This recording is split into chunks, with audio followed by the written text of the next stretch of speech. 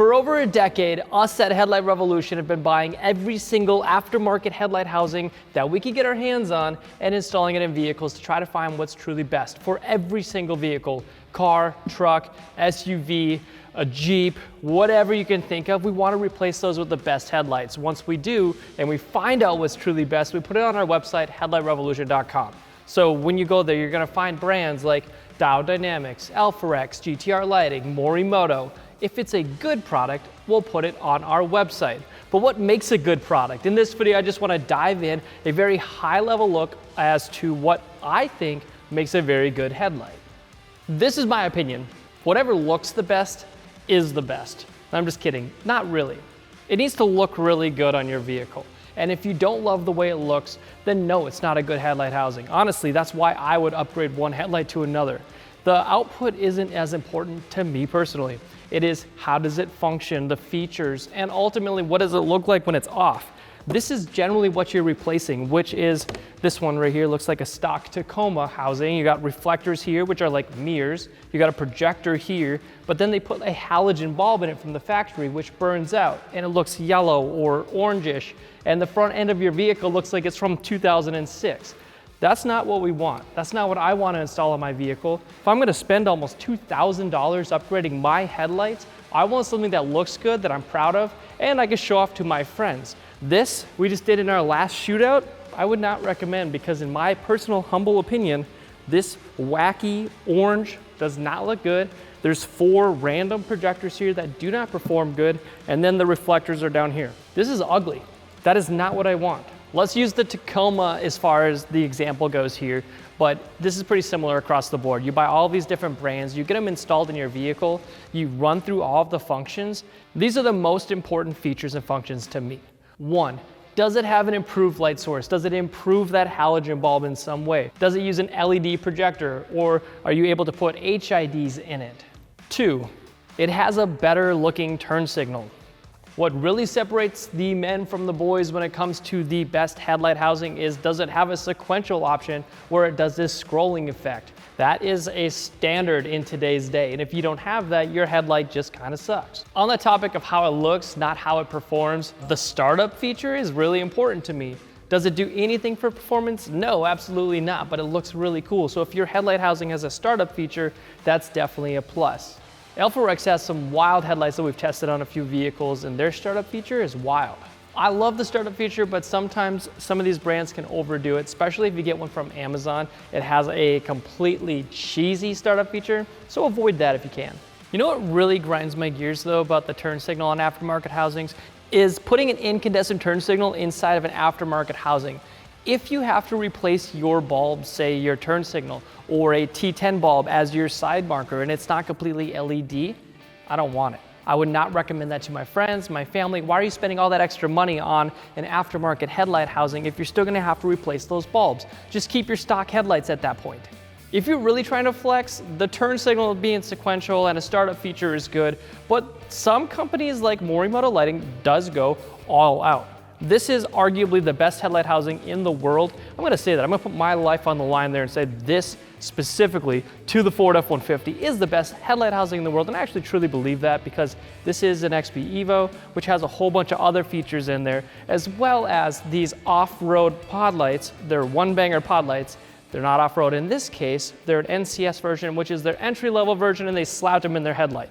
Now that's just, I would call it the fidget spinner of headlights. It's not needed, but it's still pretty cool.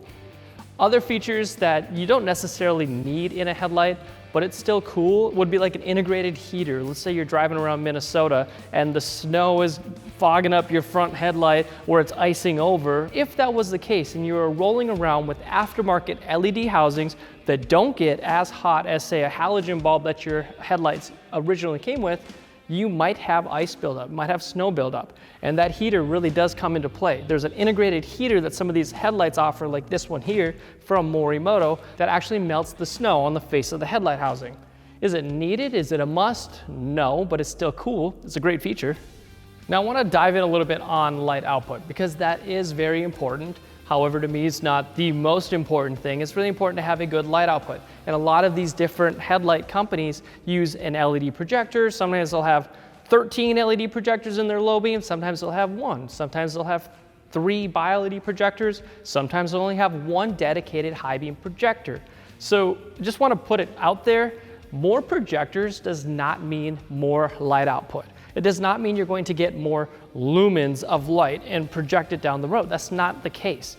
I've actually seen a lot of headlights out there that have a dedicated low beam and a dedicated high beam projector, and that produces one of the best, most refined, and crispiest beam patterns of all. I keep saying the light output isn't that important because it's not the most important thing to me. However, it is still extremely important. You don't want to install a headlight housing from eBay or Amazon and then all of a sudden you're getting flashed all of the time by oncoming drivers. Those lights could scatter that light all over the place because it doesn't know what they're doing. It's just slapping the light down the road and then it's blinding everybody and blinding you. You don't want something that has heavy foreground because that's going to blind you. You don't want something that's going to blind other drivers because then they're going to flash and blind you. This is not what you want. You do want a headlight housing with a good light output. Now we have gone over and above every single year, and this year we're really trying to use the multi-point testing system, which takes into account 9 different points. So when we do our testing on this wall or send it out to third party, they're taking into account a whole bunch of different points on the wall: foreground, the hot spot. We're doing this calculation, which is really confusing, and you could click the link in the description below to see exactly how they do it.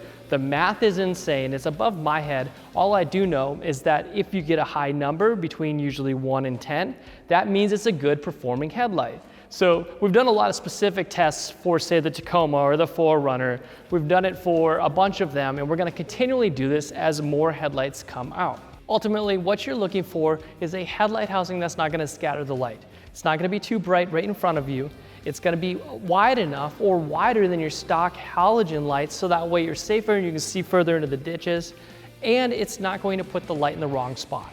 What makes a good light output or a bad light output? We could get into the weeds really quick. I'll make another video on that, like a 45-minute long in-depth video on why putting the light exactly where it needs to be down the road is extremely important. But for the sake of this video, if you get something that's like an LED projector, you should get a good improvement, or a headlight that properly designed, a reflector base housing where you can put an HID in there that's not scattering the light all over the place, you're probably in good hands. If you see the light all over the place up top and it's in low beam, you probably want to stay away from that, uninstall it from your vehicle, and ship it back to whoever you bought it from. To some, DOT compliance is the most important thing. It's the only thing to look for. But to many of us, including probably myself, it's not necessarily that important, but it still is a big deal. Because if your vehicle is DOT FMVMSS 108 compliant, that is a big deal because it's a really hard thing to do. The regulations keep changing, things keep getting harder and harder, and manufacturers are having a harder and harder time keeping up. They are not making theirs DOT compliant. It is because it's really hard. So if you see that it says DOT compliant, you should know that that's probably a really good headlight housing. However, a lot of companies out there do just put that on there, especially the cheap headlight housings. So it's really something you're gonna have to dig and do your due diligence if that's truly important to you. Like for instance, I literally see it on a box right over there I pulled this from. This is a Form headlight. It does say DOT compliant. I literally see it right there on the corner. It says DOT compliant, however, I can see right away that it doesn't have an amber side marker. So that tells me that really it's probably not DOT compliant. Everything else is probably DOT compliant, but that side marker really makes this entire housing irrelevant when it comes to compliance. This is another really important thing that people look past, but it's really important to find a headlight housing that truly has all of the papers, everything needed to make it truly DOT FMVMSS 108 compliant. Another little hot take, if it has an adjustable high beam that's separate, that's actually not DOT compliant. So even if it says DOT compliant, it's got that adjustable high beam, it's not technically DOT compliant. Now, price should tell you a lot about a headlight housing before you purchase it. If it's $300-400 and it's a complete LED housing, that could probably tell you, it's a good sign, that it's not going to last very long and they're going to leave you high and dry when it comes to the warranty. A lot of those companies only offer a 30-day warranty, which means that that's the last thing you want. Now, I'm fully aware that price is very important in your buying strategy. This is a Morimoto XB Evo headlight for a 4Runner. Full disclosure, we are owned by the same organization that owns Morimoto Lighting. So yeah, we talk about them a lot on our channel. And I will fully admit, It's one of the most expensive products on the market, except you get what you pay for. They offer a 5-year warranty and other companies only offer a 1, 2, or 3-year warranty. Warranty is really important. Having a good customer service like Alpharex does or Dial Dynamics is also very important. Look out for that warranty and be mindful of the price that seems a little bit too good to be true. Another thing to be very mindful of and what you need to know about these headlights is in the description of their listing, oftentimes there's a fine print that says, oh, by the way, this won't work on your truck unless it's this very specific model. I had that problem with 2 headlights when I did this Ram shootout where I installed these headlights on this Ram. The Ram had the OEM projectors installed, and these headlights that were an upgrade only worked on a vehicle if you had a halogen reflector truck. So I either had to use a power supply to power up the headlight and fake it so we could show you guys the features, or we had to hardwire it. And that's the last thing you want. So you need to get a headlight that has something like this. Every single thing included to make this headlight work on every single trim of that vehicle. Whether it's a truck or a car, you gotta really watch out for that when you're purchasing your headlight. And a lot of the new companies out there, or the companies that have been around a long time that are pretty expensive, do offer everything in the kit. If it's not included in the kit, if you have to hardwire anything, stay away from it. If you have to cut and splice wires at all on any one of the headlight housings that you find for your vehicle, I would definitely stay away from that. It's not going to be a waterproof connection, and it is going to be your failure point in the near future. You want something that's truly plug and play, has everything included, no issues at all in the wiring. I'm not gonna cut and splice anything.